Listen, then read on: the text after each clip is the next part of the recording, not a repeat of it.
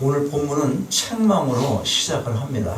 어찌하여 나의 말하는 것을 행치 않느냐. 그런데 누구에게 이런 책망을 하고 계십니까? 47절에 보면 내게 나아와 내 말을 듣는 자들이다, 그렇게 기록하고 있습니다. 그러니까 예수님의 말씀을 듣기 위해서 예수님 앞으로 나와서 주여 주여 하는 자들을 향해서 이 책망을 하시며 경고의 말씀을 하시는 것입니다. 그러면 누가 주여 주여 합니까? 누가? 주여 주여 하는 자들이 어떤 자들입니까? 여기서 예수님을 주여라고 부를 때 그 주라는 말은 예수님이 나의 주인이시고 나는 종입니다, 이런 고백의 의미가 있는 것입니다. 그렇다면 그들이 누굽니까? 적어도 겉으로 볼 때 그들은 주님을 사모하고 주님을 사랑하는 자들이었습니다. 그런데 주님은 그들을 향해서 책망을 하시는 겁니다. 너희는 나를 불러 주여 주여 하면서도 어찌하여 나의 말하는 것을 행치 아니하느냐. 혹시 여러분 주여 주여 하십니까? 우리는 교회는 주여 주여 이런 걸 잘 안 하니까 우리 교회는 안 하는데 상관이 없네요. 그런 게 아니지. 이 주여 누구 얘기하는 거예요? 예수님. 예수 이름 부르고 또 하나님 이름 부르고 기도하는 사람들 다 똑같은 말이죠. 여러분 기도하잖아요. 여러분 종은 무엇이든 자신의 뜻대로 할 수 있는 존재가 아닙니다. 종이 종으로서 할 수 있는 일은 오직 주인의 말에 순종하는 것밖에 없습니다. 그런데 그들은 입으로 주여 주여 하면서도 하나님의 이름을 부르며 부르짖어 기도하면서도 그분의 말씀에는 순종을 하지 않았습니다. 입으로의 고백은 있는데 행함이 없습니다. 예수께서 그들을 책망하신 이유가 바로 여기 있는 것입니다. 자, 그러면 우리는 어떻습니까? 지난번에 술 취하지 말라고 그랬으니까 술꾼인지 오래됐는데요, 나하고 관계없는 내용이네. 성경은 그렇게 생각할 수 없다는 것이죠. 술 취하지 말라, 뭐라고 그랬어요? 세상 것 모든 것들이 취해서 사는 삶, 그래서 하나님 잊어버리고 주여 주여 이 부르는 해도 뜻대로 살지 못하는, 누구의 뜻대로? 하나님의 뜻대로 살지 못하는 그런 것 다 함께 이야기할 수 있는 것입니다. 우리 중에 이 책망이 전혀 해당이 안 되는 사람은 아무도 없을 것입니다. 정직하게 자신을 돌아보면 말씀을 듣는 것으로 끝나버릴 때가 적지 않았을 것입니다. 그렇다면 오늘 주님의 책망과 경고의 말씀은 바로 우리에게 주시는 말씀으로 받아야 할 것입니다. 어떤 사람이 집을 짓습니다. 어떻게 집을 짓습니까? 48절 봐요. 어떻게 집을 짓는지 48절 보겠어요. 집을 짓되 깊이 파고 주초를 반석 위에 놓은 사람과 같으니, 여기 주초라는 말은 기초를 말하는 거예요. 기초. 큰 물이 나서 탕류가 그 집에 부딪히되 잘 지은 연고로 능히 요동케 못하였거니와. 집을 짓는데 흙 위에 그냥 짓는 것이 아니라 기초를 더욱 확실히 하기 위해서 그 땅을 깊이 팠습니다. 그리고 그 기초를 반석 위에 두고 그 집을 세우는 것입니다. 그냥 이런 흙에다 집을 지면 지대가 약하니까 어떻게 되겠어요? 우리 옆에 공사 얼마나 깊게 기초 공사를 합니까? 집을 지어도 마찬가지죠. 옛날에 집터 보면 동네 어른들이 모여서 큰 돌로 막 이렇게 다지더라고. 딱딱하게 굳게 그렇게 해서 그 위에 집을 짓는 거예요. 그 기초 공사가 좋아야 된다는 거예요. 그러니까 집을 짓는데 흙 위에 그냥 짓는 것이 아니라 기초를 더욱 확실히 하기 위해서 그 땅을 깊이 파고 주초를 반석 위에 두고 그 집을 세웠다. 그걸 기억하시기 바랍니다. 그런데 또 한 사람은 땅을 파지도 않고 아무런 주초도 없이 아무런 기초도 없이 그냥 흙 위에 집을 지었습니다. 49절 봐요. 49절. 듣고 행치 아니하는 자는 주초 없이 흙 위에 집 지은 사람과 같으니 탕류가 부딪힘에 집이 곧 무너져 파괴됨이 심하니라 하시니라. 그러면 여기서 집을 지을 때 땅을 깊이 파고 반석 위에 집을 지은 사람은 누구이며 집을 지을 때 땅을 파지도 않고 그냥 흙 위에 집을 지은 사람은 누구입니까? 49절 앞부분 다시 봐요. 듣고 행치 아니하는 자는 주초 없이 흙 위에 집을 지은 사람과 같으니, 그러니까 말씀을 듣기만 하고 그 말씀대로 행치 않는 자는 기초 없이 흙 위에 집을 지은 사람인 것입니다. 마태복음 7장 24절 이후를 보면 이런 사람을 모래 위에 집을 지은 사람으로 표현하고 있습니다. 반면에 말씀을 듣고 행하는 자는 깊이 땅을 파고 반석 위에 집을 지은 지혜로운 사람으로 표현을 합니다. 그런데 여러분, 겉으로 볼 때 두 집에 별 차이가 없어 보입니다. 눈으로 볼 때는 깊이 파고 반석 위에 세운 집과 땅을 파지 않고 흙 위에 세운 집이 구별되지가 않습니다. 똑같은 건축 자재가 사용되었습니다. 눈으로 볼 땐 그런 겁니다. 그런데 뭐가 다릅니까? 무엇이? 기초가 다른 거예요. 기초가 다른 겁니다. 터키 대통령이 2000 몇 년부터 지진세를 터키 정부에서 걷었대는데, 지금 그것 때문에 지금 문제 있죠. 지금 지진세를 걷어갖고 다 어디다 썼냐 그러고 있는 거예요. 지금 기반이 약한 데는 기반을 다시 정리해야 되고, 집도 그냥 이렇게 무너지는 게 아니라 이런 기둥이 좀 있어서 뭔가 새가 있어야지, 무너져도 틈이 있어서 거기 속에서 숨을 쉬고 누워 있기를 해야 될 거 아니냐고. 근데 그냥 폭삭 주저앉았어. 그러니까 어떻게 돼? 다 죽는 거지. 사람들이 너무 많이 죽는 거지. 그 지진세 걷어서 뭐 했냐? 이 와중에도 이제 난리가 난 거야. 거긴 데모하면 안 되지. 데모하면 그냥 잡혀가는 거지. 그런 말 좀 했다고 벌써 잡아들였어. 기초를 잘못한 거예요. 기초. 늘 얘기했지만 우리가 태풍을 많이 만나잖아요. 여기도 나무 뿌리 깊게 박힌 그런 나무는 웬만해갖고 쓰러지잖아요. 아니 여기 깊이 안 파도 수분 충분히 흡수하는데 그 물이 귀에 있으니까 뿌리가 깊이 안 들어가고 그냥 옆으로만 가. 뭐가 없는 거예요. 지금 반석 위에 집을 진 게 아닌 것처럼 뿌리 없이, 뿌리가 약하게 이 나무가 서 있는 거예요. 다 무너지고 마는 겁니다. 그걸 그대로 여러분의 신앙에 적용하라, 그런 말이에요. 여러분, 말씀대로 행하며 사는 성도와 말씀을 듣기만 하고 행함이 없이 사는 성도를 겉으로 볼 때는 별 차이가 없어 보입니다. 적어도 말씀을 듣는 데까지는 아무런 차이가 없습니다. 똑같이 교회 나오고 똑같이 예배드려요. 똑같이 말씀 듣습니다. 분명한 사실은 사람 보기에는 똑같아 보여도 결과가 너무나 다른 엄청난 차이가 있다는 것입니다. 48절 한번 같이 볼까요? 48절 같이 읽어요. 48절 시작.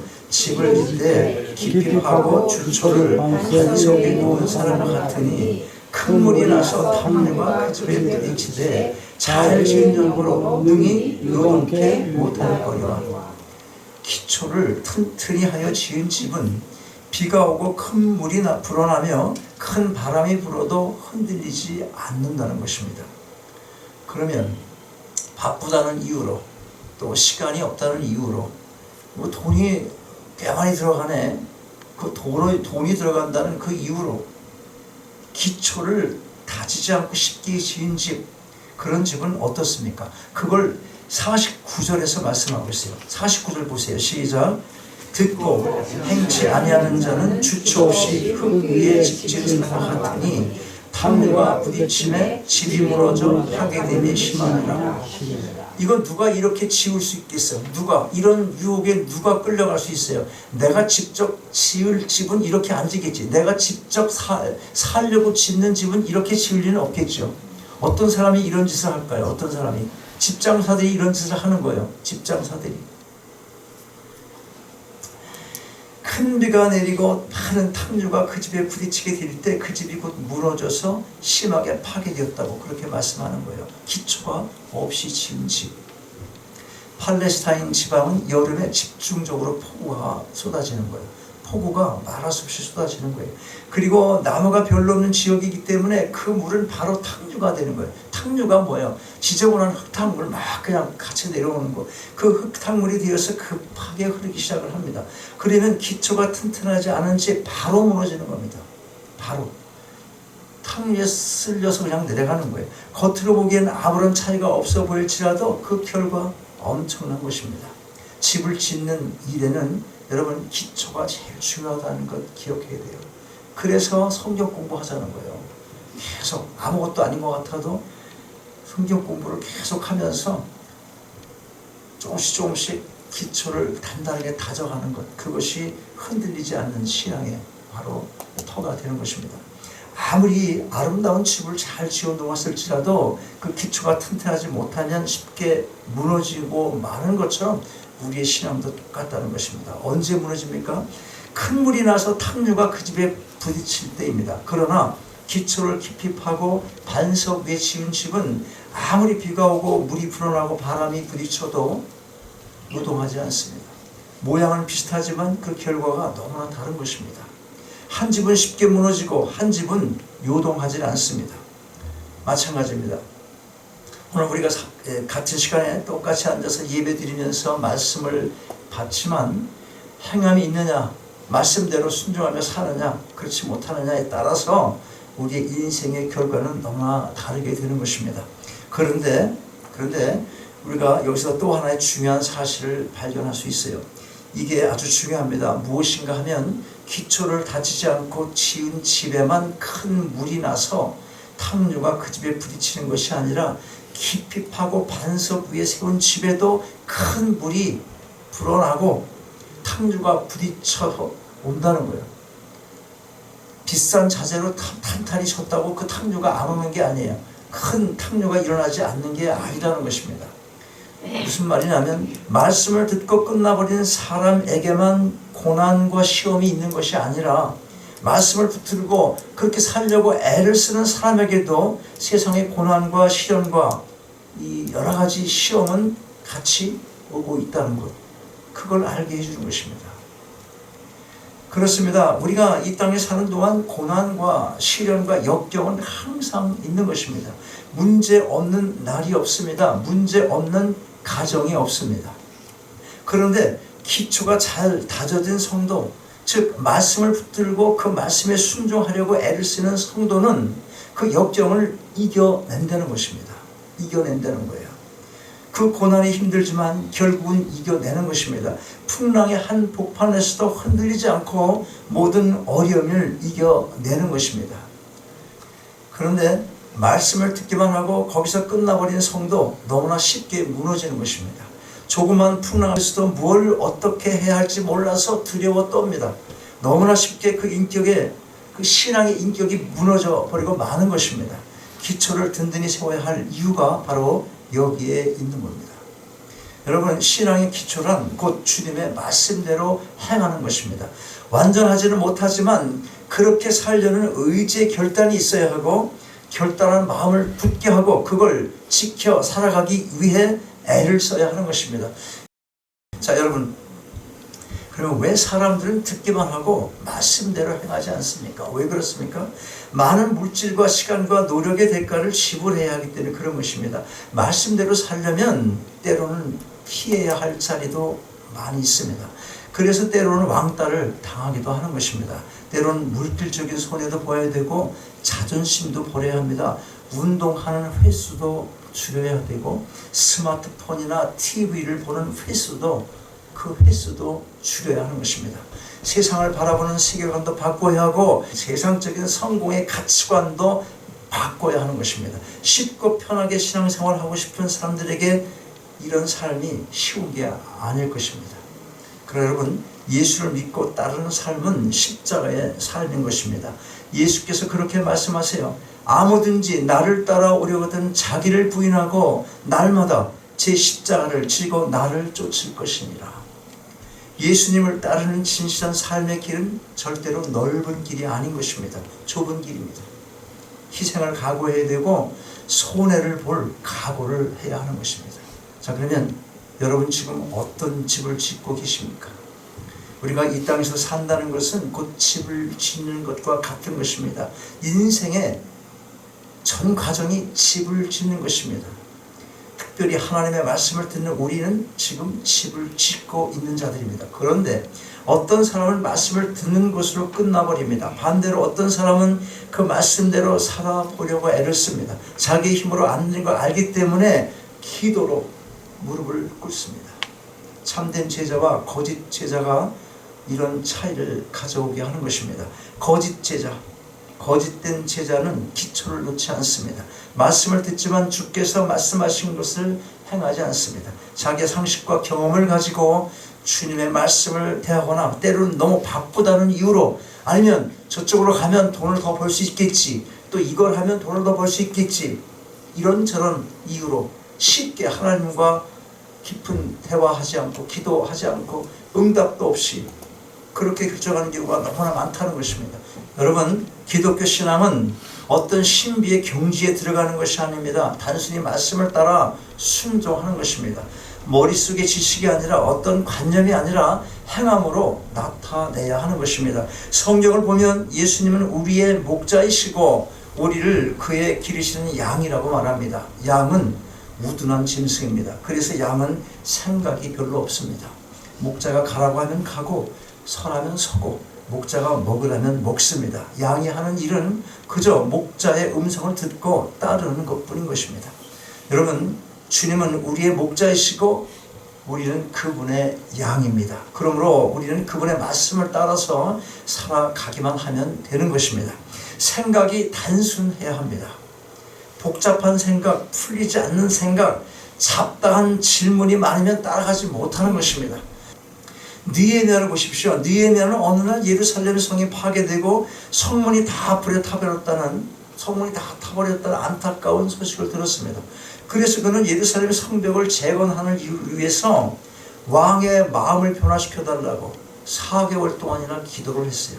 그리고 왕 앞에 나갔어요. 이거 보통 일이 아닙니다. 목숨을 건 일입니다. 왕의 명령 없이 왕 앞에 나간다든지 왕 앞에 나가서 얼굴에 근심의 빛을 띈다면 바로 그건 뭐예요? 죽음인 것입니다. 느헤미야는 마침내 예루살렘의 성벽을 재건하는 일을 하게 됐습니다. 하나님은 느헤미야가 기도할 때 그에게 성벽을 재건할 수 있는 길과 기회를 열어주셨습니다. 느헤미야는 자신의 결단력 있는 행동을 통해서 자신이 기도했던 그 내용을 성취할 수 있었던 것입니다. 여러분, 기독교는 말이 아니라 실천을 요구합니다. 행동하는 믿음을 하나님은 기뻐하십니다. 라합 보십시오. 라합. 만일 그가 행동하지 않았다면 어떻게 되었겠습니까? 여호수아를 보십시오. 그가 행동하지 않았다면 요단강을 건너가고 가나안을 정복할 수 있었겠습니까?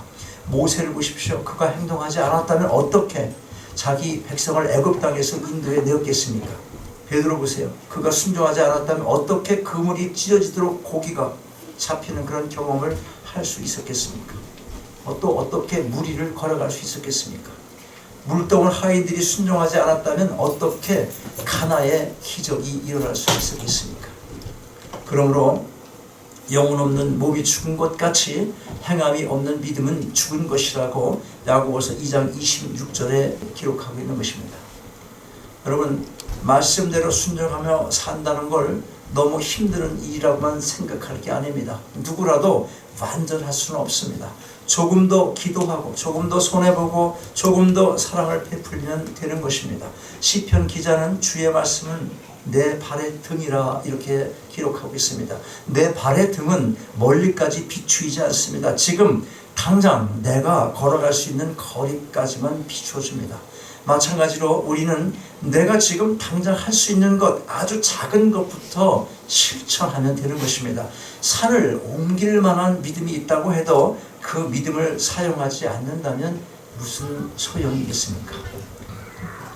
실천하지 않는 믿음은 죽은 믿음이라는 것을 늘 기억하시고, 말씀만 듣기만 하는 자가 아니라 말씀을 따르는 삶, 행함이 있는 삶, 순종의 삶을 살아가시는 여러분 모두가 다 되시기를 주님의 이름으로 축원합니다. 아버지 하나님, 행함이 없는 믿음은 죽은 믿음인 것을 다시금 마음에 새기며 어떤 상황 속에서도 살아있는 믿음의 삶을 살아가기 원합니다. 세상 것에 분주하여 주님의 몸된 교회 섬기기를 게으르지 않게 하시고, 들은 말씀을 지켜 행하는 저희 모두가 다 되게 하옵소서. 그리하여 세상의 그 어떤 고난의 탐유에도 요동하지 않는 이 땅의 삶을 신실하게 살아가게 하옵소서. 주 예수 그리스도 이름으로 기도하옵나이다. 아멘. 일어나셔서 계속 나오시겠습니다.